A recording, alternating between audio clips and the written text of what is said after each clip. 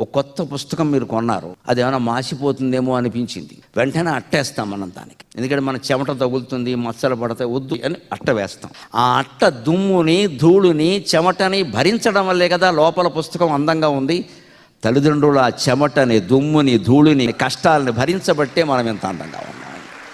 వాళ్ళు మీకోసం వ్యవసాయం చేస్తున్నారు, మీకోసం శీతోష్ణాలను భరిస్తున్నారు, మీకోసం జ్వరం వచ్చినా సరే కష్టపడుతున్నారు. నా బిడ్డ చదువుకుంటుంది, బాగుండాలి.